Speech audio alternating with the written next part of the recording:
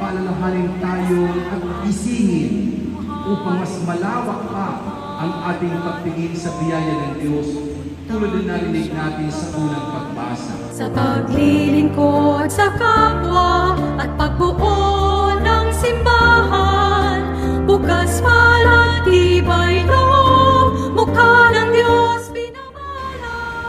Ano ang hinihingi sa atin sa misang ito ng pastoral visit? Napakalinaw sa salmong tugunan, poon kami yung ligtas at panglawan ng iyong silang. Saan tayo dapat ligtas? Ano ang dapat iwasan natin? Ang sagot ay nasa unang pagbasa. Ang dapat iwasan natin na dapat tayo maligtas. Anong sinasabi sa atin sa unang pagbasa? Sapagat ito ang biyaya na hinihingi natin sa pastoral visit, na makilala namin ang Diyos sa lahat ng ginagawa natin araw-araw. To acknowledge, to recognize God in our daily lives. At sa Birhen ng kaisasay, dito ang pagdiriwang, pumileyong pinagyaman. Sa lahat ng ginagawa ng Diyos sa inyong parokya, dito sa Luzon, sa bayan ng Tanawan, para alagaan tayo. Hindi natin binabaliwala ang Diyos.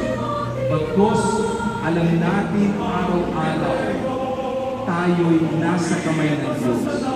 Inaalagaan ng Diyos. Isiwala ang lahat ay nagkaganap, pagkat Diyos ay nakila ng pamahal sa ating lahat.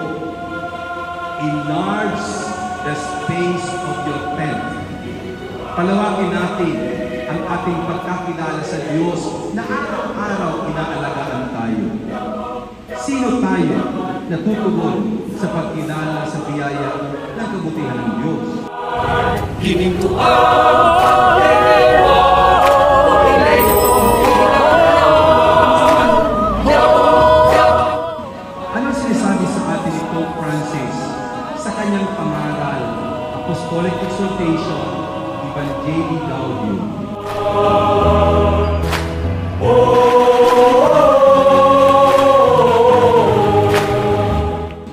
Hari nawa sa ating pastoral visit, makita natin ang mga sagabal.